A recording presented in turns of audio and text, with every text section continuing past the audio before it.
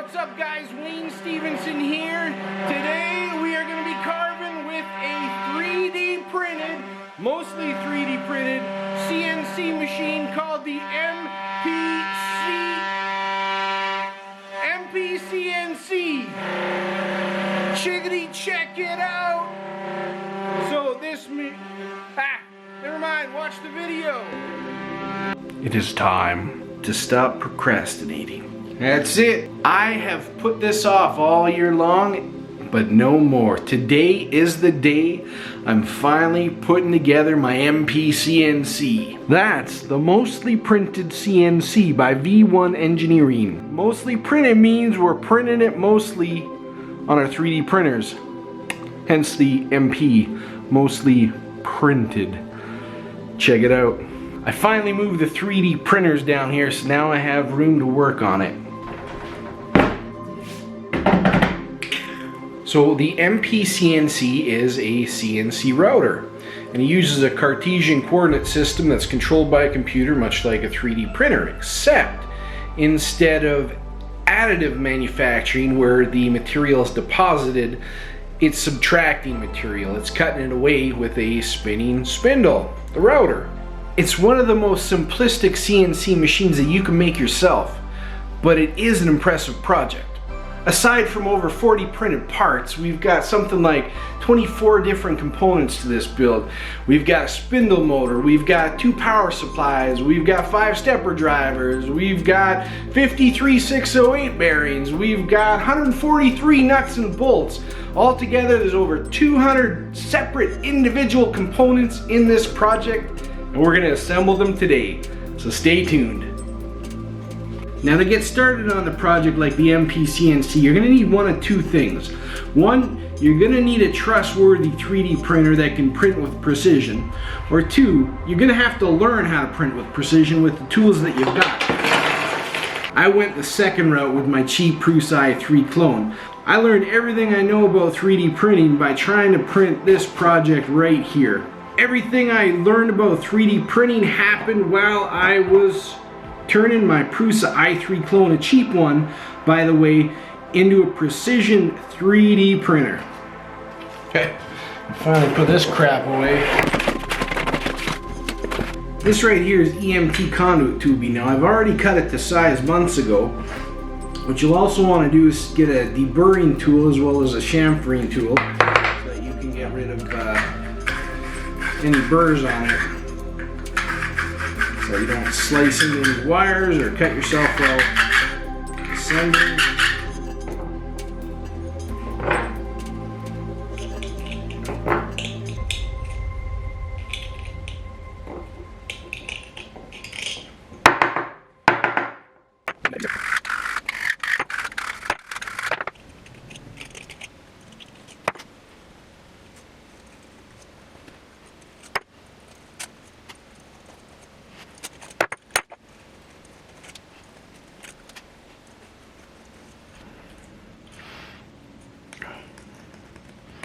You just rotate it and it just slices the burr off.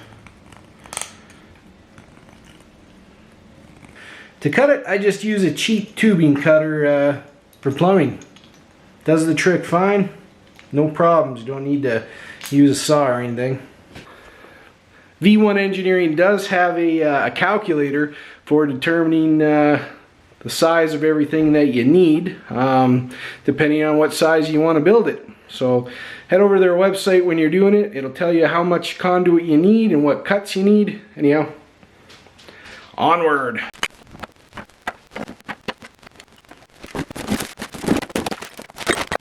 Well, the daylight's fading fast. I'm going to set some lights up, see how it is, and hopefully we can continue on this one. This build requires 53 of these 608 bearings here. Now, months ago I've already assembled all the ones that require the bearings. With that said, they're pretty straightforward. You take a screw, a of the right size, you push it through, put the bearing in, put the nut on, clamp them down. That's all there is to it. If you have any more questions about that process, there's lots of tutorials out there. V1 Engineering has great documentation as well. And feel free to put a comment down here for me and I'll help you out any way I can. Some of them are pretty tricky. I still got to actually just realized now I got to put a couple through here. Don't know why I didn't put that in already. With that said, I might have to disassemble it. That might be why I stopped. I couldn't get them in. I probably got to take these out, put them in, go from there. I don't know. But we're not there yet.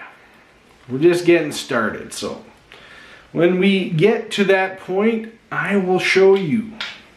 Just get a little warm here. So it's time to take off the hoodie. Alright, scratch that idea. Just took me the better part of an hour to find non-metric tools.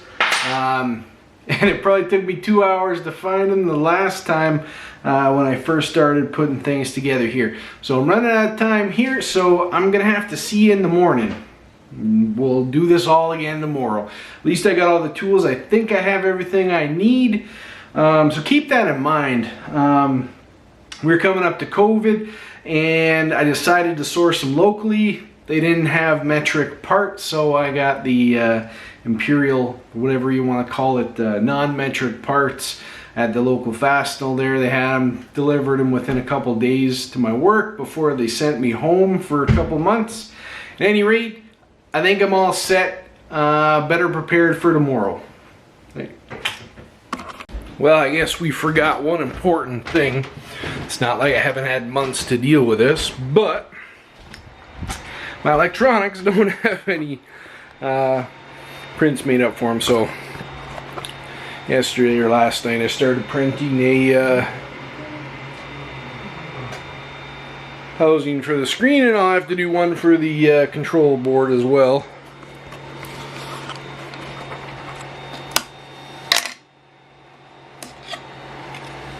Bring up on my Thinker SE. Love this thing. Area 1.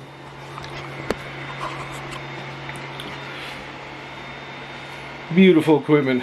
Loving it. Now, add that to our pile.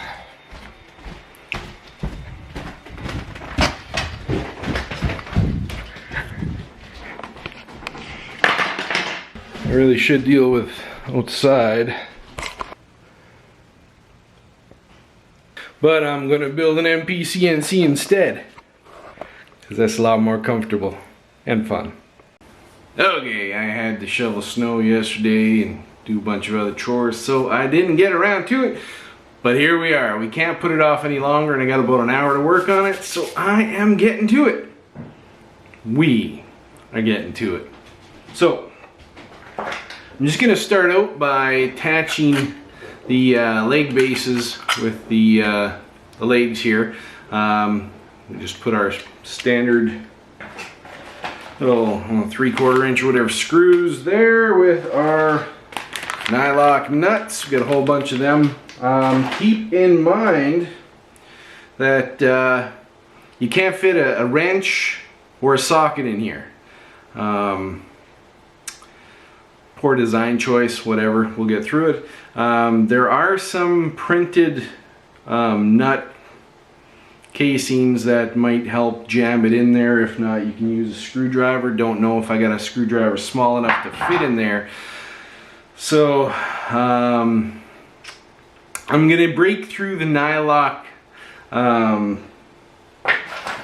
posi lock of the nut here outside of it with a wrench, just to ease it up a little bit. It'll still grab pretty good, but I just want to pre-engage that nylon lock washer inside here so that we can thread it on a little easier. Might not need to jam anything in there to get that tightened up. Maybe some sort of lock washer might help. I don't know. Like underneath it. Anyhow, we're gonna give it a try. I'm printing some up right now. Hopefully that'll work out for us. I don't know. anyhow, also preliminary testing shows that might not be snug enough once I get this tightened. I got some 002 gauge metal steel shim material here, and I'll slice off right there. You can pick that up probably any industrial supply store. Can't remember where I bought this one. Might have been from Ackland's Granger. Anyhow, you can pick it up at Ackland's. I'm pretty sure that's where I got it. I've had this for years for some other purposes. Probably 15 years now. I bought 2 boxes of this and I've got plenty left.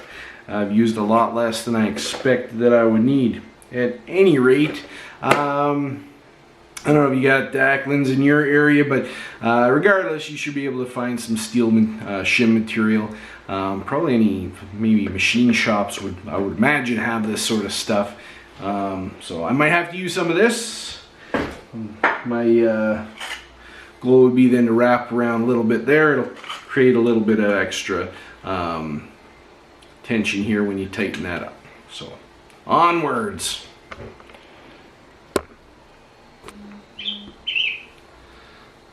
So like I said, I'm just going to take a socket and a screw, and I'm going to do up a bunch of these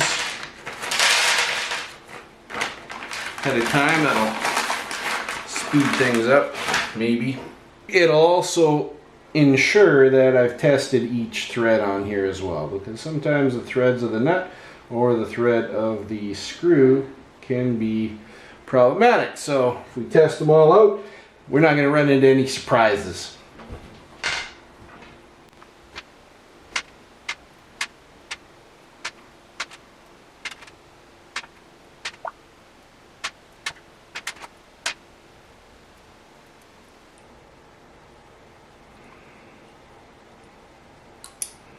We want to engage that nylon insert there, so we want to get the thread a few, or the screw a few threads past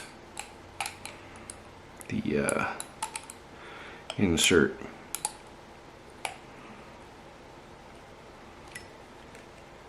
Just like that.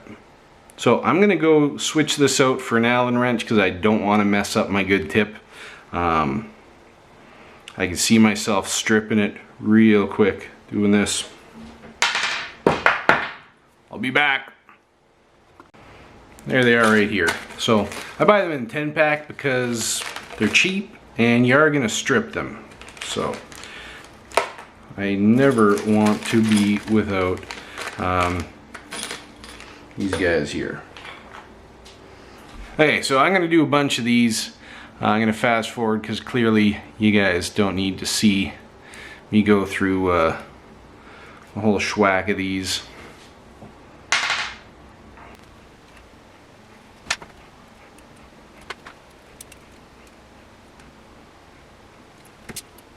After doing a bunch of these, it looks like it's just the feet here that are giving the issue. So I'm just gonna go ahead and get started. I'm not gonna worry about doing all 57 of these. We'll just deal with whatever comes. Well, let's go. So I'm just gonna tighten these up as much as possible with my fingers. And you don't want them completely tight because you still have to be. Oh yeah, probably won't need a shim in there. Well, let's see.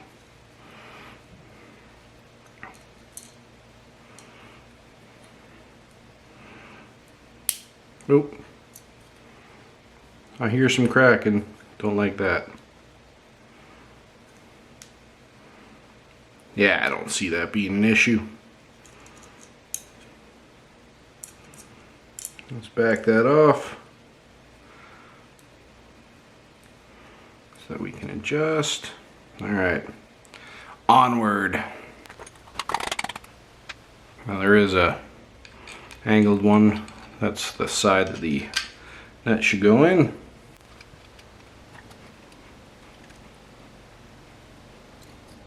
Oh, that's a lot snugger, nice.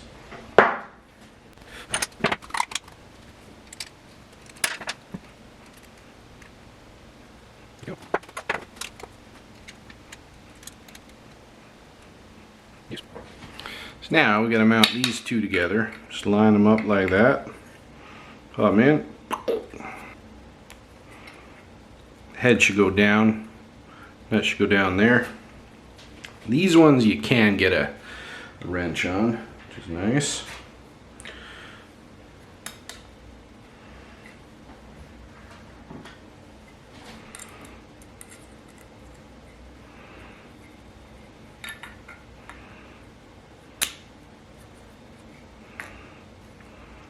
Hold those a little snug. So we're going to do this 4 times.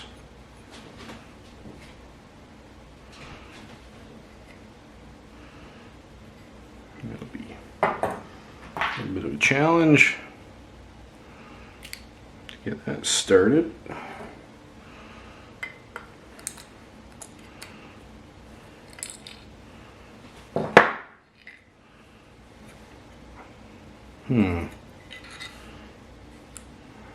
Probably best to back that out.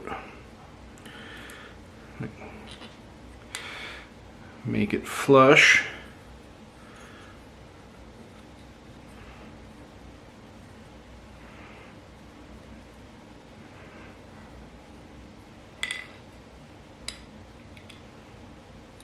There we go. With it being flush, I should be able to get it started. There we go. I got it.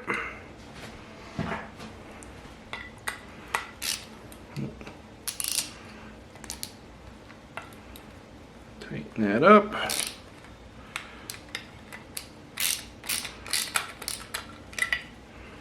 Yeah, really don't know how tight to give it, but it's got to be tight enough to keep everything together. So that is not currently tight enough.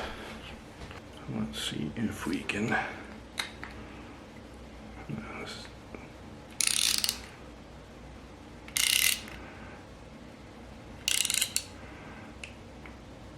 There.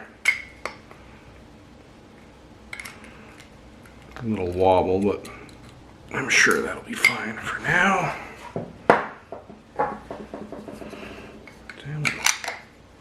Put that in.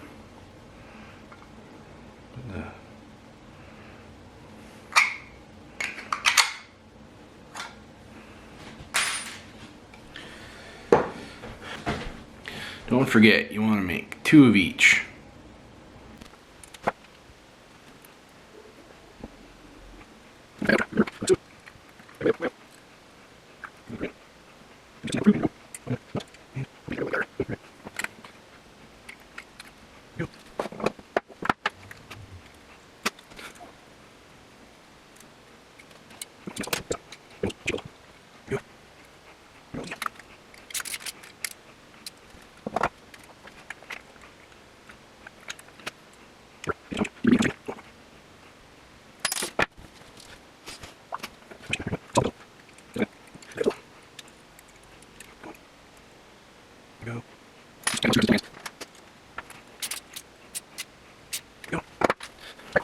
Now we just need to attach these. I'm going to kind of orient them. Well, actually, never mind, you can't. I was going to say I'd orient them the same way, but they got to be square to the table, so yeah, well, I'll be able to reorient them after. So I'll just put these in now.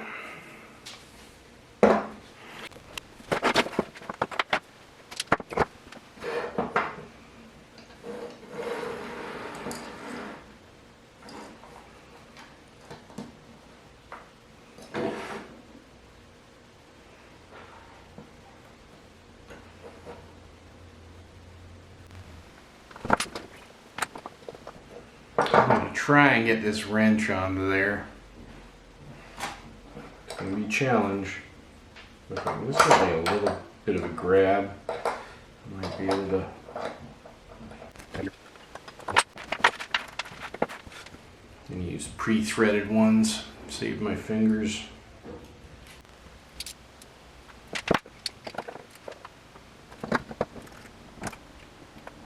Definitely not tight at all. That's about as tight as I can get it. I'll try some shim material on that. Best go that route, then it's looser than we want.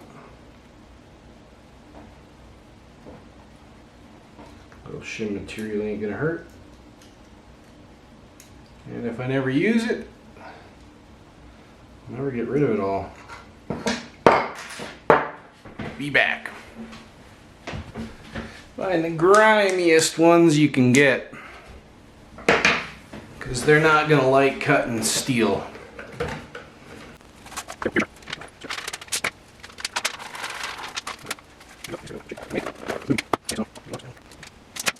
Like that.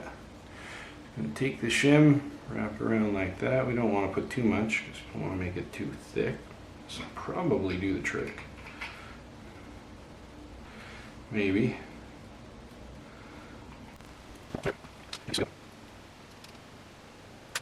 We'll go a little bit more.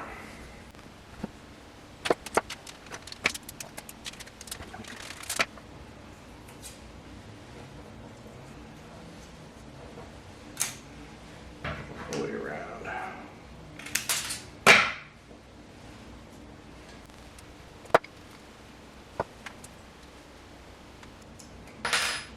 Oh yeah, there we go. It's one done. May as well shim the whole bit, just to save time maybe, I don't know. Yeah, we'll shim it.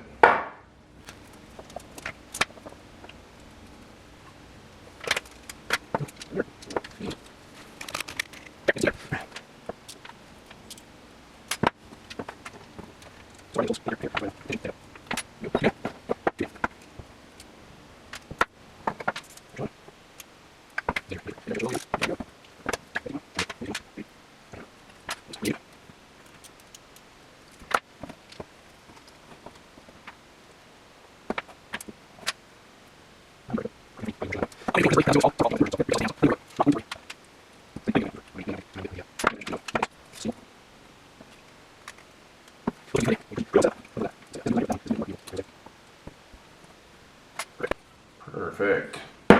4 done.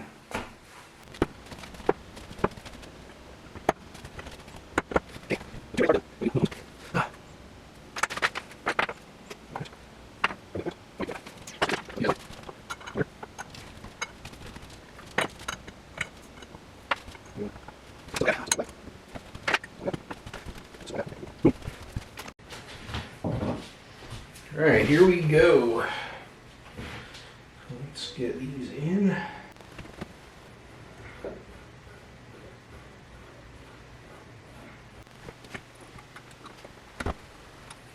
Just getting the screws started in, then we got to put the lock washer, or the lock nuts on, the nylocks.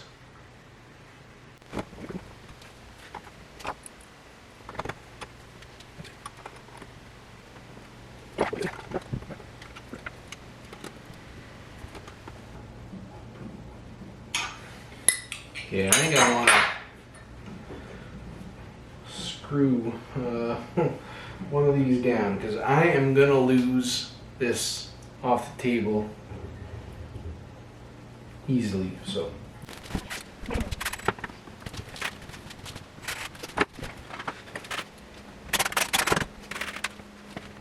So I'm just going to attach one all the way. That'll be my starting point. So as I square that, that'll stay in one position. It'll also help everything stay together while I'm assembling it.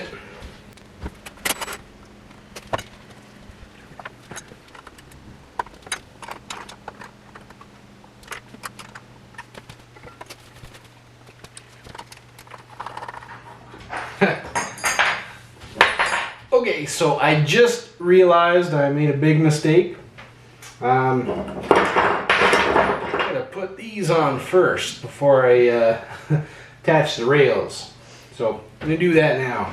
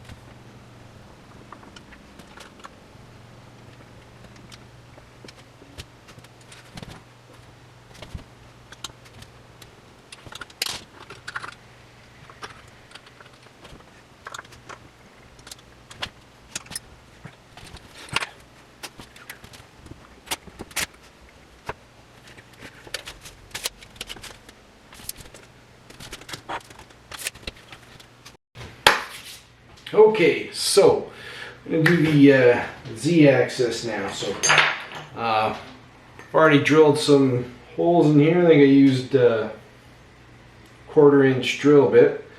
TMP, so it drills easily. Use a small drill bit going slowly just to get the center. If you go slow, it won't walk all over the place. Then use the bigger one to go through. With that said too, I did take, actually before I go on, I use this jig just to mark it with pen so I knew where to lay it out. I'll try and find this link. I downloaded this months and months ago. Someone made that file. Big up to you. I'm going to try and find that file so I can leave a link down below. It's just a little jig here that you put onto the edge. You can probably drill through there too. I didn't bother. I just used a pen, marked it, drilled. Also, for the nut traps, I put a little drop of crazy glue. You press your nuts in, little crazy glue keeps it set up there. I'm going to do the same actually to, where are we?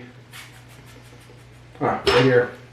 I'm going to push the nuts in here and a little drop of crazy glue in there to keep them from falling out when it's not in use.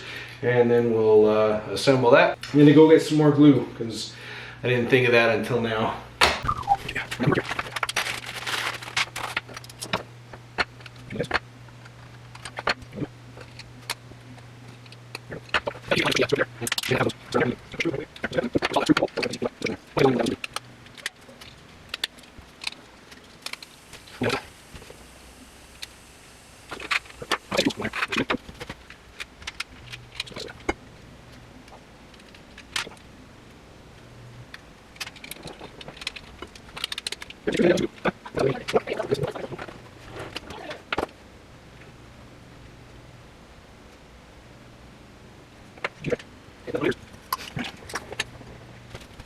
That in like that, carefully, and align the holes.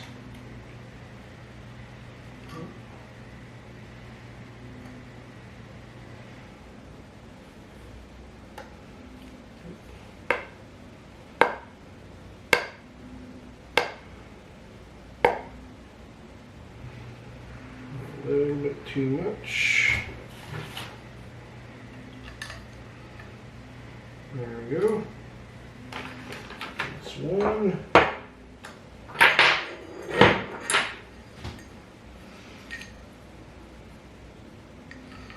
And two.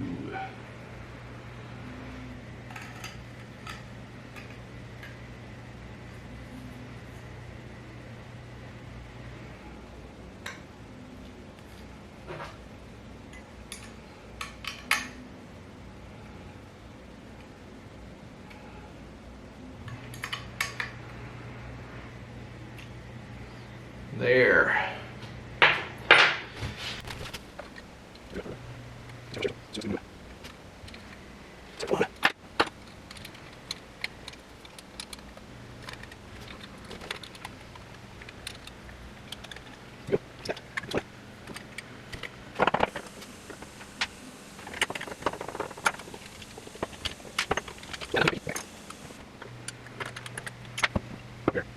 Nice, I like. Okay, so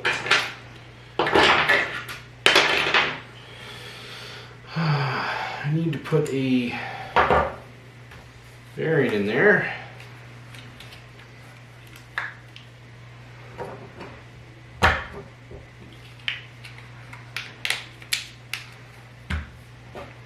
Just like that. Just goes in. I gotta double check, make sure that it's gotta be, I mean, I'm sure it, I don't even know what side that would, yeah, that'd probably go like that.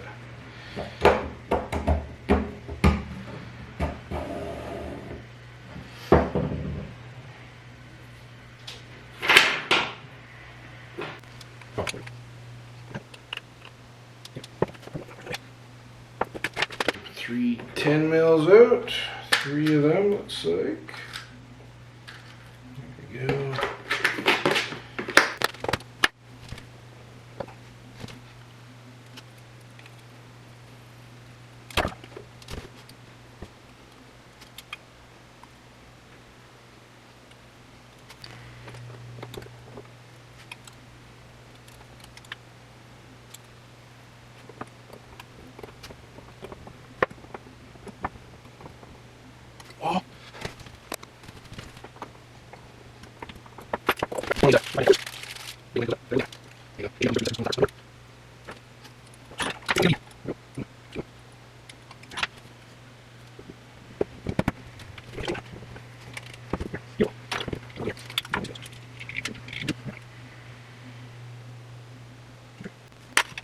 Alright, so I had the lead screw in here so that I could cut it off easy. I just used it as a jig to hold it.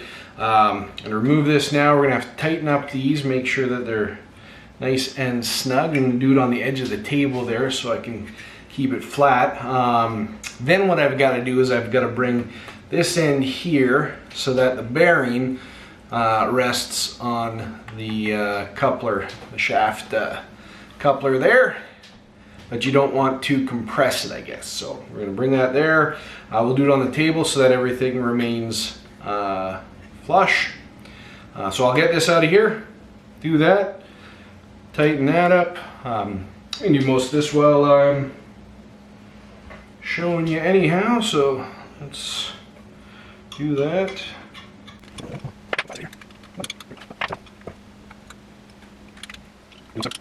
Starting to strip it. what I didn't want. I love this. I have to order a new one. Unfortunately. Snug and no cracking. Instructions say no cracking. If you can hear cracking, it's too tight. Take that cut end and hide that inside the coupler anyhow, so boom.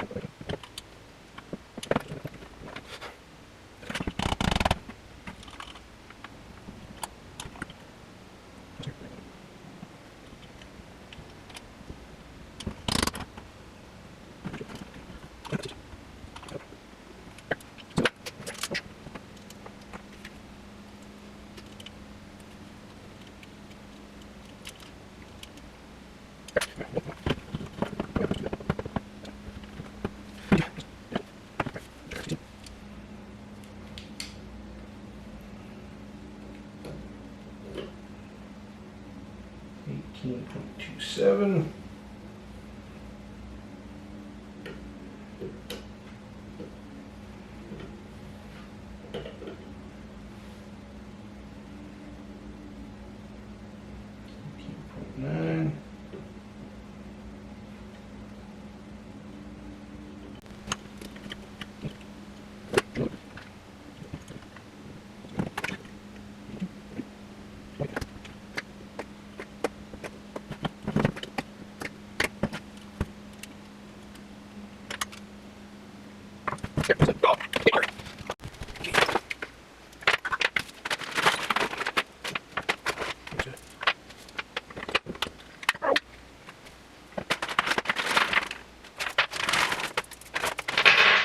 Okay, I'm gonna need a friggin' wrench. Great. Unprepared always.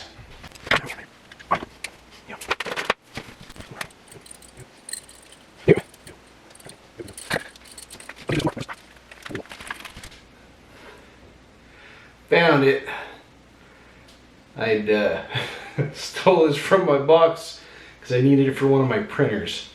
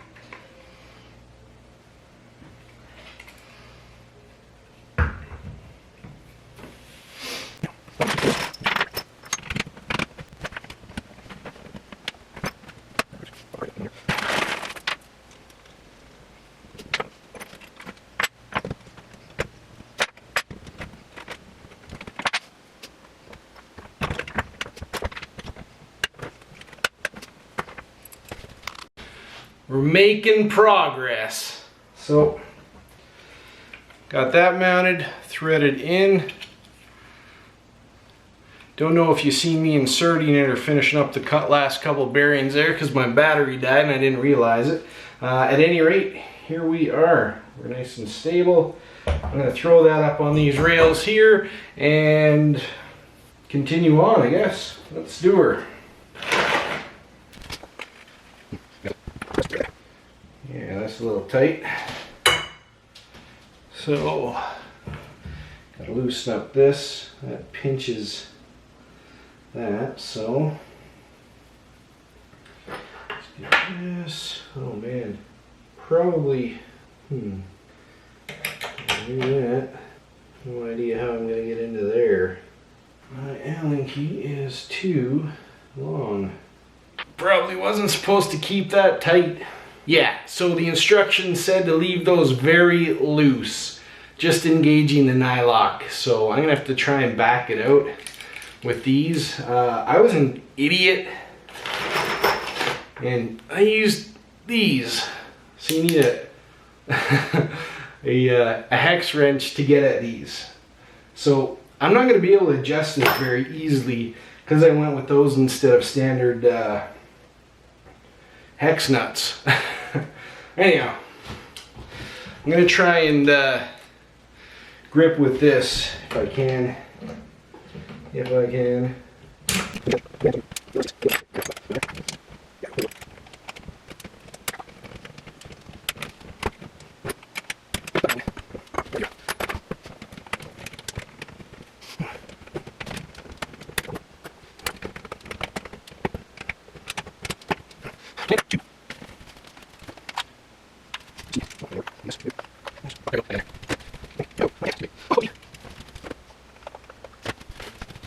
Got another trick up my sleeve.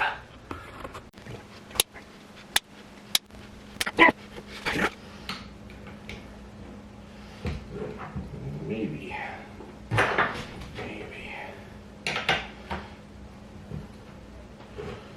Yeah, there we go.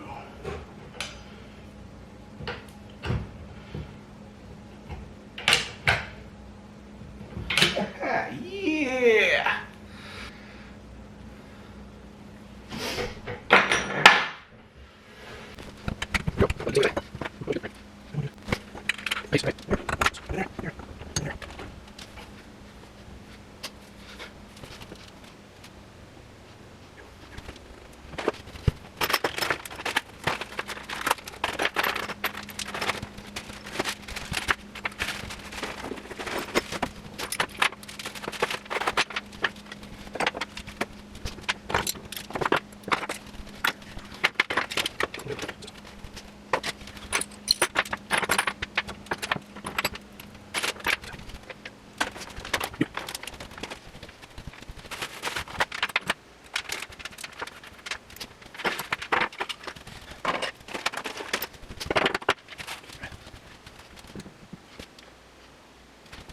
I am now screwing everything down here. I already screwed that one in. I clamped it, then put the screws in. I'm going to do the other two, and then I'm going to tighten everything. So I'm just loosening them up so I can get all the legs flush. This thing, the whole thing should be square. Yeah, everything pretty much. No, actually everything is. At least all four corners are square. Find out what we get over here. Yeah, so I'm gonna loosen these so I can make those flush with the corners, and then I'll tighten everything back up. Then we can put on the gantry.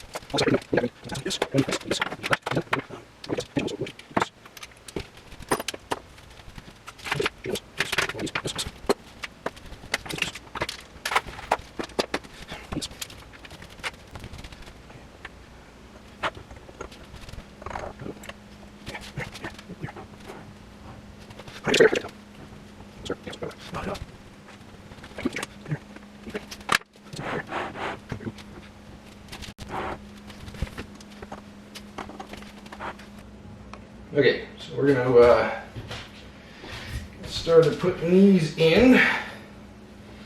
So we gotta put these two nuts in there. It'll be a challenge, I'm sure. You can even fit them in there. Oh man, that's gonna be a challenge. Definitely a challenge. Well, that one goes in. Oh, I already stuffed one in there. Too funny. All right, let's get that put in.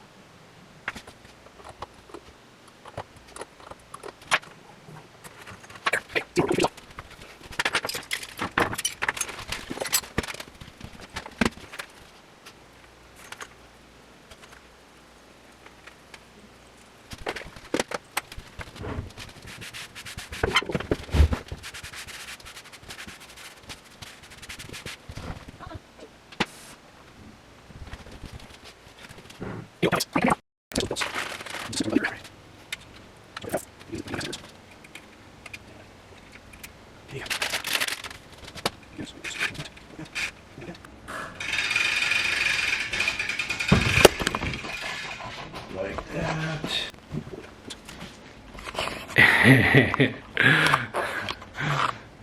All right.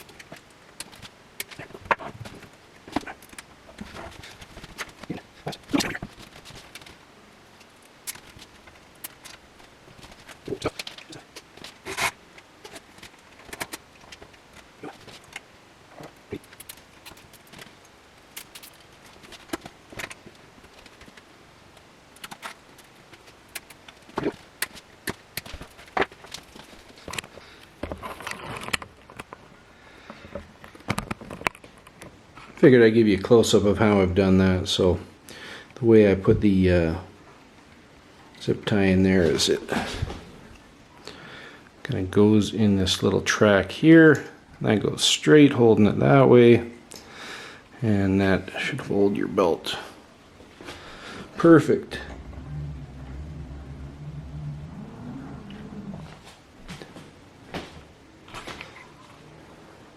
Okay, our GT2 belts are all installed.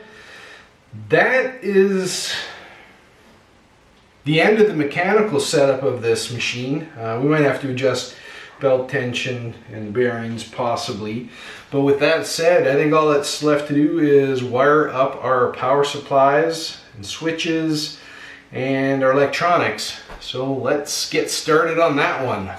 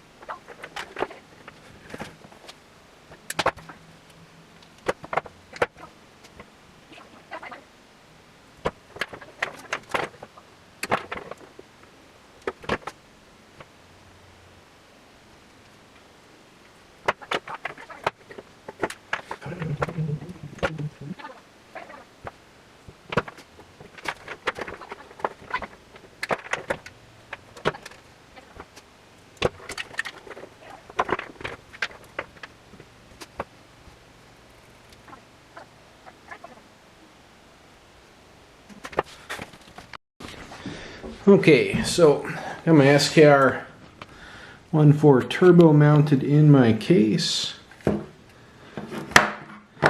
And wire up 12 volt power supply, the switch, and we're going to then connect our stepper drivers, our stepper motors to the stepper drivers, and I'm going to test the motors out. After that, we can look at tidying up the wiring and running it properly, and from there we can look at wiring up our spindle motor. Okay, I wanted to get it out of that mess there so I can go through the circuit here with you. This is the only real dangerous part in this build, is the electrical part, your AC electrical part, because we're dealing with AC mains power here. So don't take safety lightly. I'm going to point out a couple things for you. If you're doing a switch here that lights up, if you're looking at a tutorial online, you're going to see a lot of tutorials dealing with DC power. This isn't DC power, this is AC power, so make sure you make a point of that, because you're dealing with AC power, not DC. And you always run your live. Your live power goes through your switch. You don't want to be closing off your neutral and keeping live active.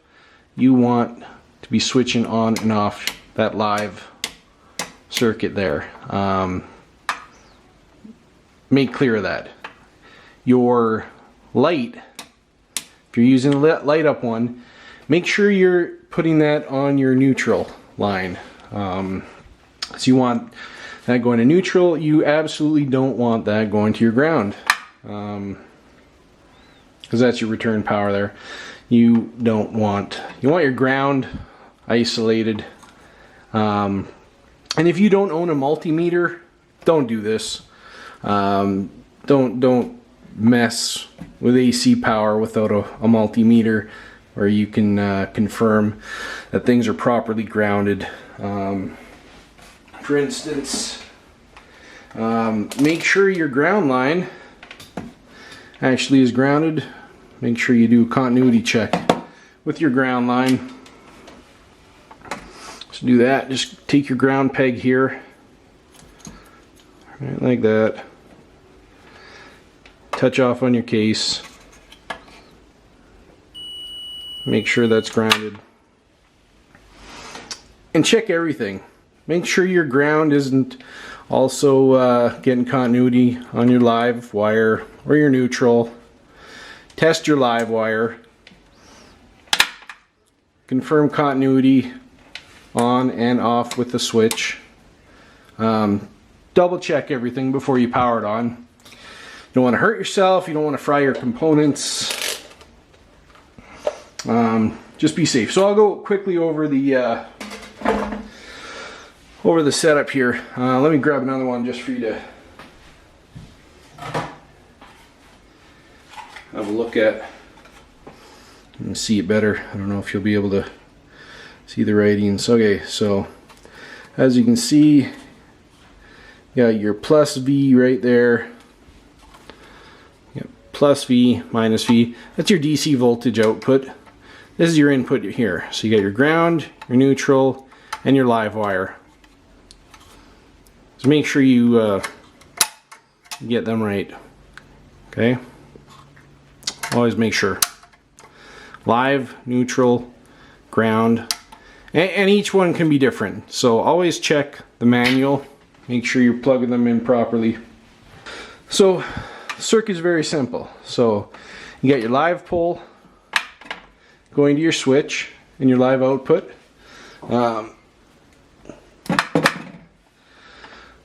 This brass pin right here, that's your neutral pin for your light.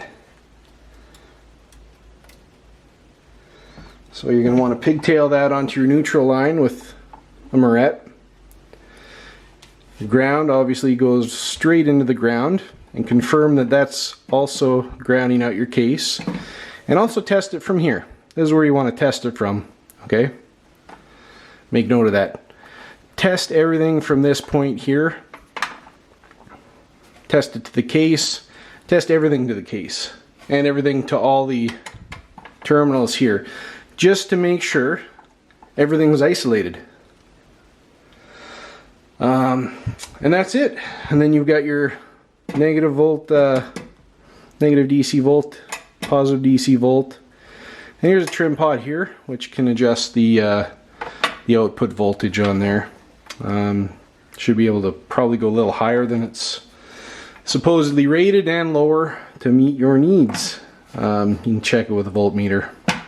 This one's a 30 amp rating one, which should be overkill for what we're doing, but it'll handle everything that we need. Anyhow, I'm going to pop that in the case, and I'll show you what it looks like pretty soon.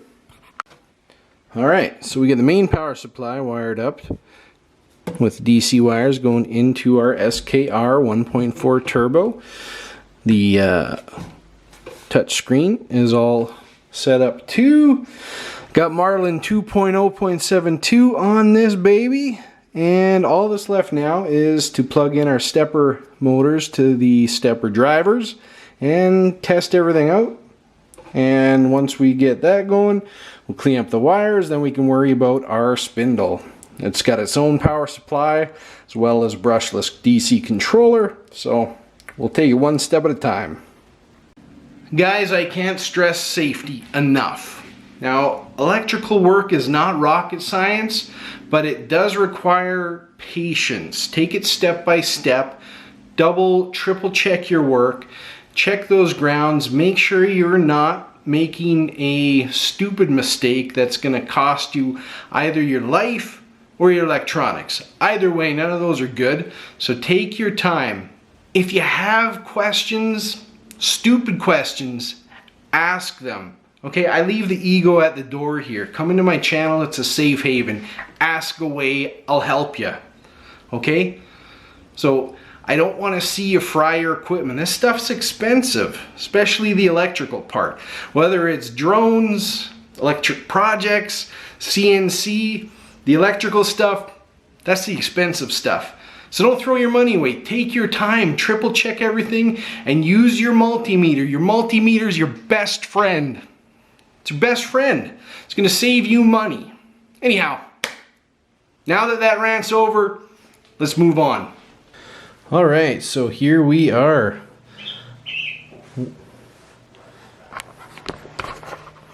That's you, Scotty. Did you hear that tweet? That's you congratulating me on my MPCNC build. Testify, brother. Okay, so I got my stepper drivers wired to my stepper motors. Everything tests out perfectly. All the axes are running great. Just got to configure my touch screen because it's not working, but the whoa crap simulator works just fine. Wow, shit, motor's working good. Alright, so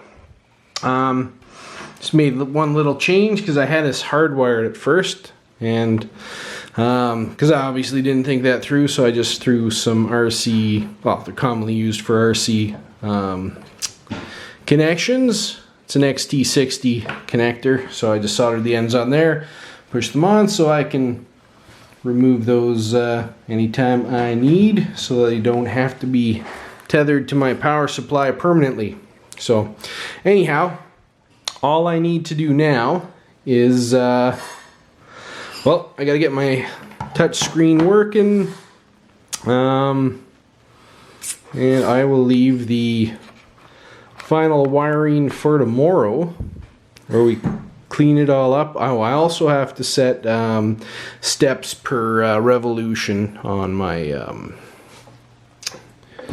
motors for the gearing, as well as for the lead screw there, because that's going quite fast. They all are. So I'm gonna have to adjust that because I never bothered.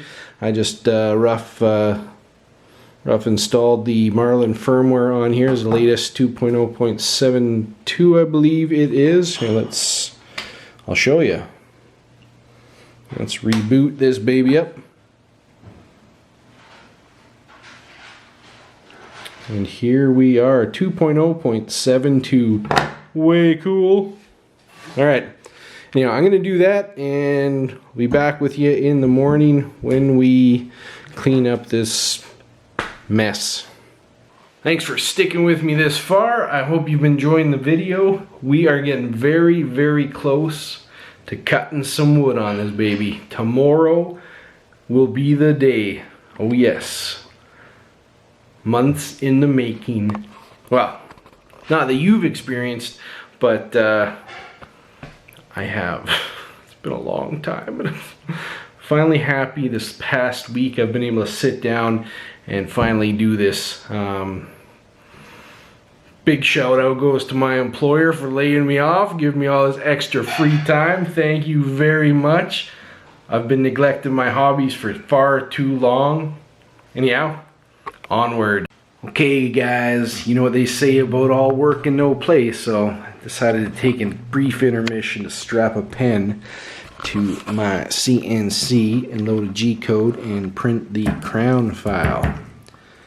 I found on MPCNC's website, which everybody does as their first kind of experiment. So I quickly printed that one, zip tied on a pen. Don't leave it on your table too, because it will bleed. Anyhow, very exciting stuff.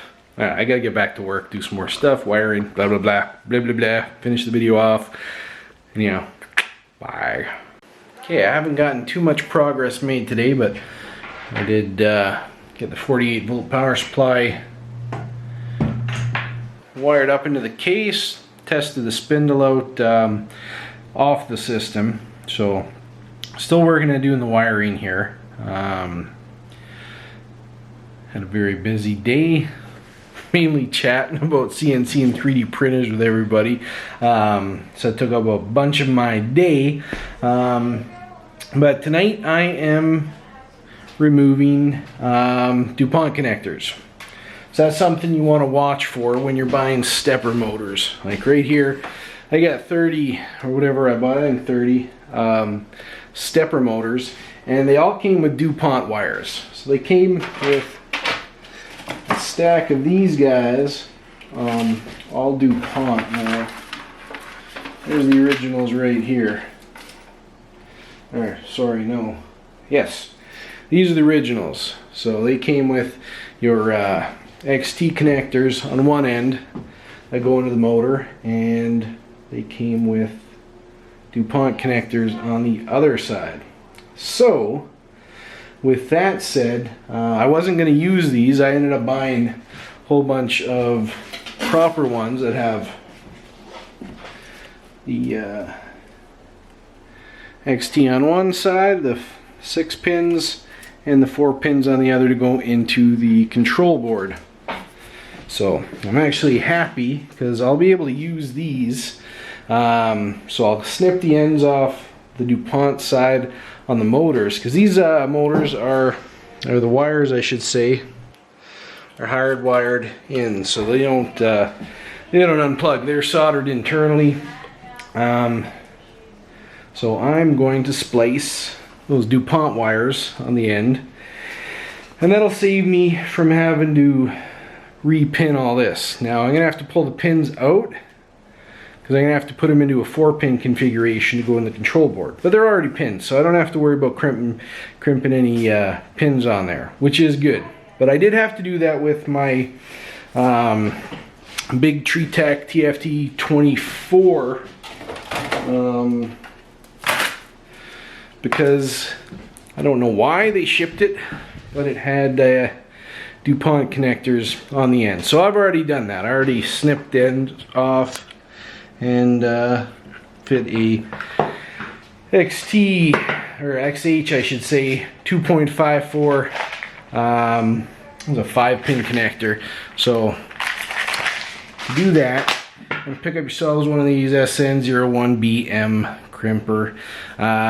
If you're into drone flying, you're gonna need one of these because you're gonna chop your balance leads off of your lipos there. Yeah, so if you're not familiar with those, they're the same connectors that your balance plugs are right here. And that's your XT60 connector. I ended up putting those on my power supply. I'm gonna have to label it really good on my 48 volt power supply because it'll kill something real quick. At any rate, so the SM-01BM crimper, absolute necessity for doing projects like these, because you're gonna break, you want to reconfigure, you're gonna chop lipo balance leads in your props. Happens plenty. So get yourself a crimper, get a pack like this. It'll last you for a long time. Now if I had to repin 30 stepper drivers, and I would have depending on the price, but I got those for real cheap, those extra cables there, so I didn't have to pin them. But these pins they are tiny. Oops, not even gonna see that. At any rate, so you crimp those on the wires and then you push them into your connectors. So I've already done that, and I got all these connectors too. So luckily for the stepper motors going into the SKR board, I just have to pull those pins out on the wires and reconfigure them into a 4-pin connector, and I'm good to go. So that'll save me a lot of time. And I shouldn't. I was gonna use where are we? What did I do with it? Oh yeah, I was gonna use some Cat 5 cable for my wire extensions, but then I remembered I had all those extra wires that were never ever gonna get used, those DuPont ones. So I'm happy it occurred to me that I have those, because I'm going to use 5 of them, and that'll save me from having to run the Cat 5, although it would have been nice because it's nice. It's got a nice insulation around it, keeps it nice and tidy. Regardless, I would much prefer, I would have still had to put those crimps on the ends of those anyhow, which is what the plan was, but not doing that. So keep that in mind when you guys are buying stepper motors. Pay attention. Don't get ones that are hardwired in. I mean, you can use the DuPonts in those, but they don't have enough rebate, I should call, to go in. The pins don't go in enough, and the housing isn't with tight enough tolerances to keep this stable. So for a 3D printer, it'd probably work because you're not going to be moving it, but with a CNC machine, and again, you could mount your power supplies and your control board away from the machine itself. But regardless, you want something that's not going to come out. I've already just playing around with the motors there. You move the wire, it pops out, or it's not making good enough connection, so you got your stepper motors doing wonky stuff. Just get them with your XH 2.54 connectors. That's your pitch size, by the way, 2.54 millimeters. That's your distance between your pins, your pin pitch. This is DuPont 2.54. So that's why they can work together. They're the same pin pitch, so you can push them in. You could hot glue them if you want, or use tape them on or whatever. But really, just get them right out of there with the proper 4-pin connector,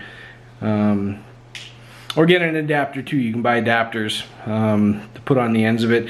So if you're like me, you got a really good deal on motors that had the DuPont connectors, because usually the cheap ones that you can find, the deals, they've got the DuPont connectors on. So you got to repin them or adapt them or shove them in and hope they don't come out. I don't like doing that. Not like I don't do it, but I don't like doing that if I can help it. So anyhow, just something to think about when you guys are building your own, or when you're getting parts for it, think about those connectors, because these are all things that I didn't really think about when I'm grabbing stuff. You know, you overlook these things and you don't realize till it comes time to build it. Oh, this has got this, this has got this. Even the, I mean this here, I don't get that. I don't know why they would put a DuPont one on there when it just always coming out. Again, it's going to sit there, it's going to be screwed into a tabletop or whatever. It's not going to move. It's not meant to move. It's a permanent or semi-permanent placement, but still, it doesn't, it's not friction fit. It doesn't sit in by itself. So yeah, here I go repeating myself, but it's just another thing to think about when you're building a 3D printer or doing anything with stepper motors. I got a few cool projects coming up with stepper motors, by the way. Pan tilt, zoom sliders. There's a guy named Isaac's got a really cool design out there, so I'm going to be building that here in the next little while. As well, there's the Open Astro. It's a astrophotography mount that tracks the stars for doing astrophotography. So I'm going to build one of those. It's got stepper motors in there. So these are all things you can think about. And so make sure you subscribe to my channel if you're into that sort of stuff, because it's coming up here in the next month or two this winter. I'm hoping to get it outside, and we've got some, you know, when the cold weather hits, we've got some really beautiful clear skies here in Alberta, northern Alberta, and I'm going to do some I'm going to have some beautiful photography to share with you guys there, I'm hoping. So anyhow, on with the MPCNC build. Actually, no, it's not going to be as simple because these are using different pin styles. This isn't a JSD XH 2.54 connector. That's why I wasn't even thinking about it. But I got the wires here, so I'm going to use those instead of the Ethernet anyhow, because I got these. May as well use them up. Got 1,000 feet of Ethernet too, but whatever. This is what I'm going to go with. Just got to pull the pins out, give them a quick snip, put on the XH 2.54. One more point I want to make here about wiring this stuff up is that sometimes we can be creative in what we do here. I initially was going to be snipping the ends here, splicing them to extend my cables, but alternatively, to make things easier, especially easier to work with as well, is I decided rather than splice them together, I'm going to use pins to connect them because they are DuPont connectors. So I'm just going to take the pins out of this and use those little pins to splice it together, and then I will heat shrink the two connectors together here. So let me just show you what I'm doing here, or what the plan is. So if you do any sort of electronics, you'll have a lot of these PCP DuPont through hole connectors. Those would typically go in the holes of a PCB and you'd solder them on. And yeah, so I've pulled the pins out of those, and what I'm going to do is just marry the connectors up with these pins and heat shrink them together. So that's what we're going to do. Give it a little snip.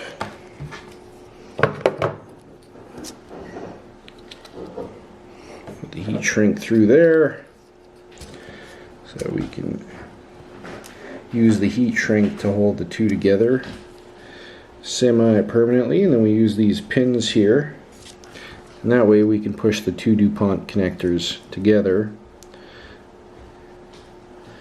and we've got a good connection. We'll verify the connections too with a multimeter, make sure that they're good, but you can only go in so far, like that and like that, so they are making a good connection regardless. So that's what we're doing. Hopefully you can see that there. So once they're together, we will pull the heat shrink over there, shrink the heat shrink up there, and that's going to keep them into a nice tight bond while keeping them good. And that's what I'm going to do to save me a little bit of work and a little bit of time. Part of being a maker is thinking outside of the box and coming up with ways that we can make these things work with us, especially if we don't have a huge fab shop where we have access to everything. Eventually you will. Over the years you're going to accumulate a lot of components, some that you'll never ever use, but you know, the price was right, so you bought it just in case, or you had a project you were going to do and eventually you forgot about the project, you still have the components left over. But try to use up what you have when you can. Think outside the box. You'll find a use for a lot of things that you never thought you would. Yeah. Here we are again. So I got the alright, we're back at her again. I've got most of the wiring all tidied up. Got some drag chains that my buddy Scott sent me, as well as some sheathing. Thank you very much, Scotty. Appreciate that. It's looking very slick. I spent all day yesterday pissing around trying to get my sensorless homing going. I was under the impression that I didn't need to solder any pins on with the TMC5160. That's the stepper driver I'm using.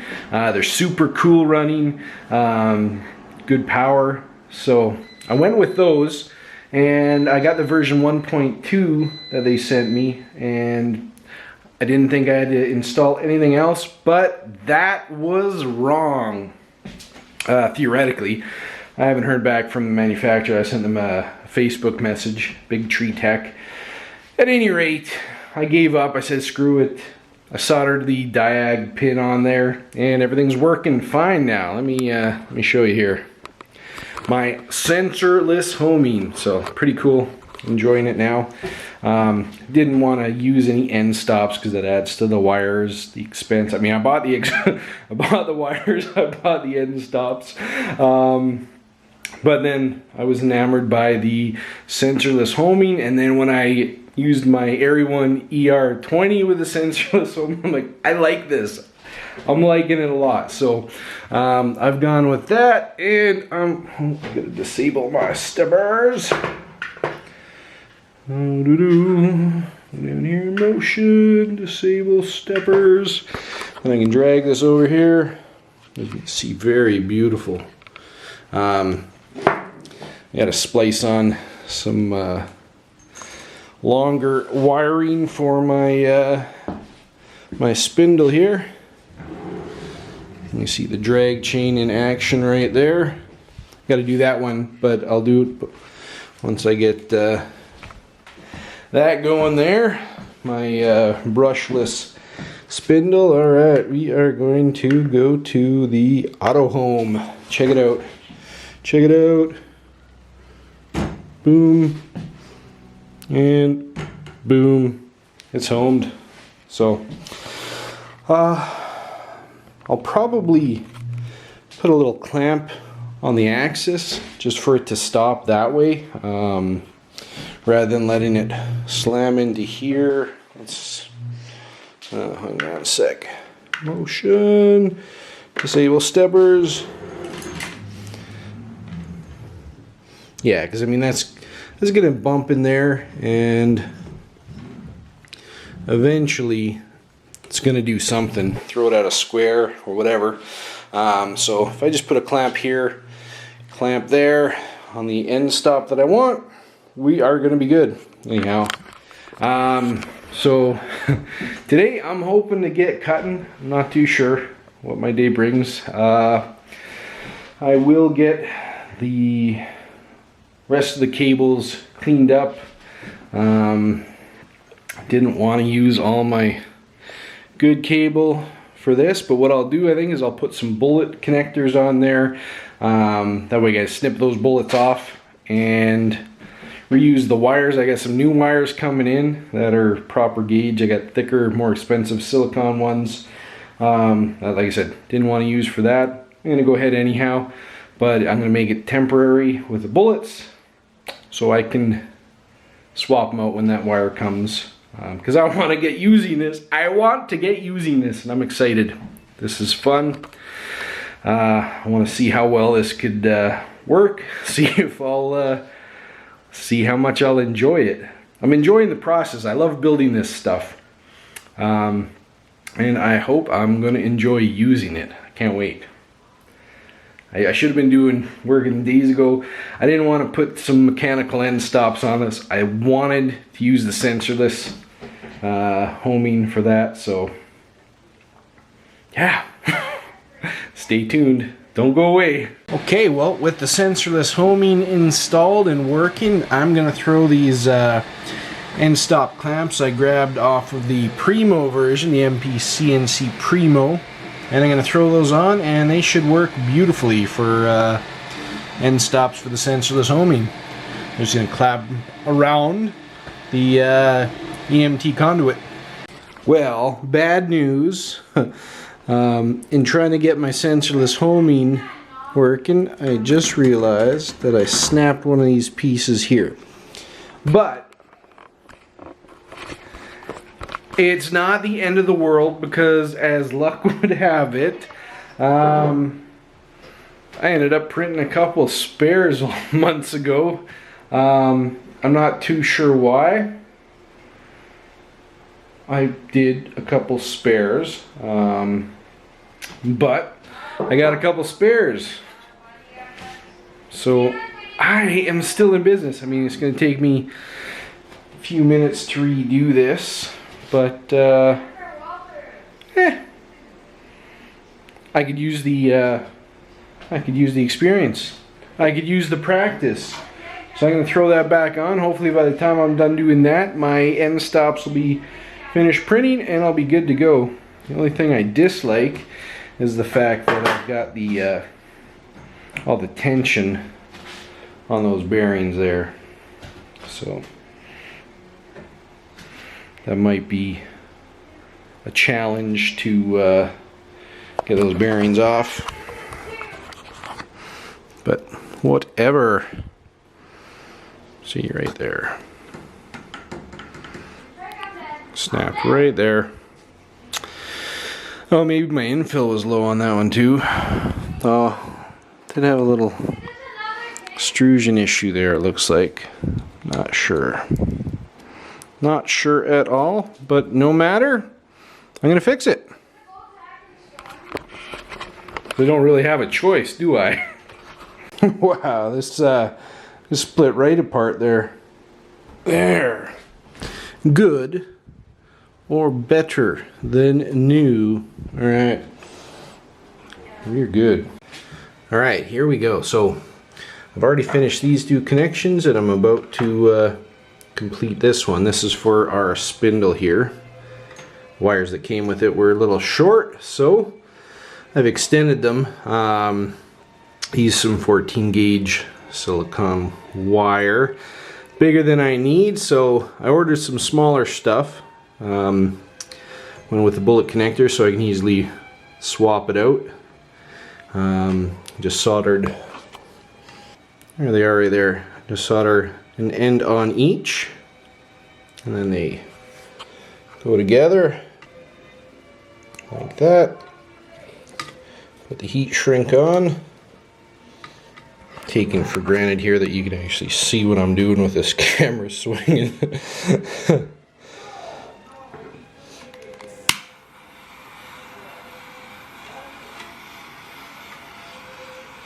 Just like so. Perfect. Oh, let's get that back side. There. Alright.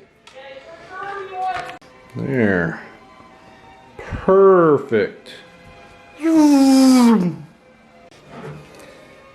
These guys are great for that. Just kind of use the toothless part right in the crotch there for my wire. I don't like to use the teeth because they can be sharp and cut through insulation. And then I just hold the bolt connector there and put it in gently. So it's going in straight, solder it there. These third hand devices are an absolute necessity. So I've got the wires going here. I've introduced some strain relief by zip tying it to the conduit here. And then I've put the tail of the zip tie here is a little bit of rigid strain relief so it's not hanging down due to gravity. And then we're going to sheathe this all the way over.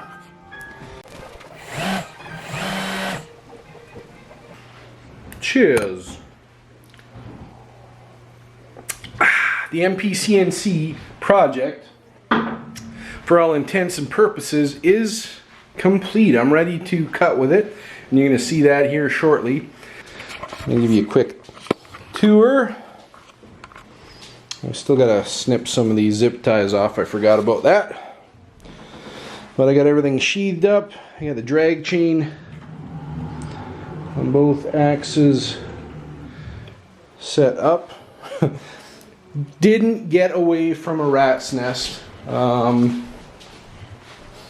gotta create something here for these and put a little block there. Gotta jump in on my computer to design and print that. But yeah, some things I didn't anticipate were wire length. So even though I thought I had it figured out good, I don't. So unfortunately I had to mount it here, which decreases the size of the table, but that's fine because I mean what I want to use it for, I don't need massive copious amounts of space, not for what I've planned for it. That's plenty of space to use, so I'm not concerned. But this is the first iteration of this. The Primo file, this is the Burley, MPCNC Burley edition of the 3D printed files. This summer, well spring I think, summer they got released for the conduit that I'm using. That's called the Burley. Sorry, not the Burley, the Primo, the MPCNC Primo. So I'm going to be building that next. So this is good. This has been a kind of like the my proof of concept. I think when I rebuild it, obviously I'm going to have to go with a lot longer wires. So I think what I'll do is I'll just make a manifold where I can plug everything in close, and from the manifold I will run it with probably Cat 5 cable to the control board. So I can keep the control board far enough away, then I can really tidy up those wires. And I mean, I hung my power supplies, which I don't like, right there. Again, just due to wire length and space. And I gotta find a way to get a spoil board onto here. So I gotta cut one of those and put it on. Anyhow, there we are. That's where we're sitting. I'm gonna be printing, or sorry, I'm gonna be machining or routing, whatever you want to call it. I'm gonna be milling. I'm gonna be milling on this baby.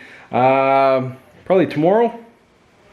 Tomorrow is the day that I'm gonna cut for the first time on it. I'm excited, very excited. So hope all goes smooth, because this has been it's been a hell of a project. I'm excited. And you can see how things are mounted. So here's the brushless. Dial down that exposure there. So right there's the brushless controller for the spindle. These wires here I ended up having to splice, so that goes over here. So created a nice awkward situation of all the red and black. Some of that's 48 volts, so I gotta be very careful on what I'm doing there. if I'm ever adjusting those wires. Stay tuned because we are going to be cutting for the very first time momentarily. So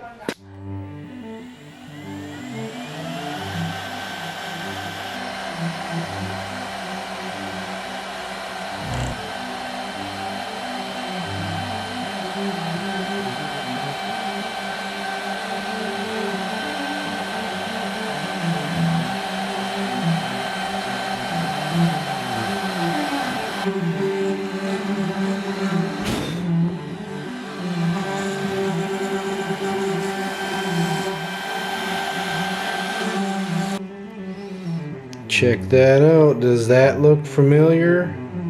Oh yeah. So that's just an engraving. Not cut yet, but we are machining. Loving it. It's a little loud, but it's friggin' working. I got some stuff I gotta do. It looks like I'm carving a mirror image of what I wanted. So we're reversed. It's printed backwards. So obviously we have some learning curve here for creating the file. I use ESTL cam. I know it's loud, I'm sorry about that. But there we go, guys. The MPCNC. Let's move to the next letter. It's gonna say Stevenson for that. Those of you guys that don't know, Wayne Stevenson here, and we are carving with an MPCNC. All right, now rookie mistake. Obviously, as you can see, it has carved a mirror image or inside out of this. So I'm gonna have to figure that out. My cutting depth probably isn't enough for these wider lines. A lot of learning to do. I gotta learn all about the different cutting tools, like the V carvers, engravers, the you know, end mills, that sort of stuff. So I got a long road ahead of me learning how to do this. But there it is. There's the MPCNC. This build was, I dreamt about this every day for months and months. My journey in this started out back in probably February. Ordered everything. COVID hit. Last pieces arrived like August, I think. I'd already replaced them on Amazon, but I didn't have the time to assemble it.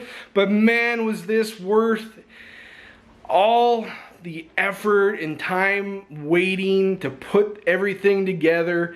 This looks like crap. This, you know, this is my first, between you and I, that V-carve bit I put on there, that's finger tight. I just wanted to get this thing going. But man, was it worth it. It was worth all the learning how to, you know, set up Marlin for CNC, learning how to set up the end stops, the sensorless homing, I should say. There was a lot of learning involved in getting this machine. Now you can buy the stuff from V1 Engineering and just slap it together and go. But this was another one of those near and dear to me, like my first 3D printer, where I bought it piece by piece and assembled it. Well, this one I bought piece by piece, every component that you couldn't buy, I 3D printed. I love this, man.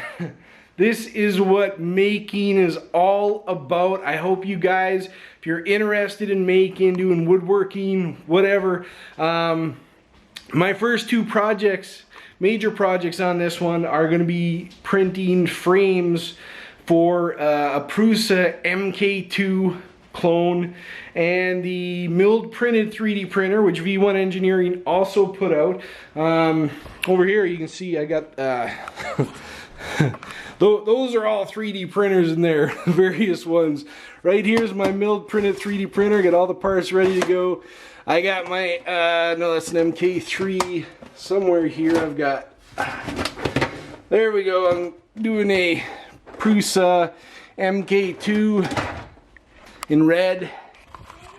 And I gotta mill the parts for the frame on that. So that's gonna be my 2 first projects with my MPCNC.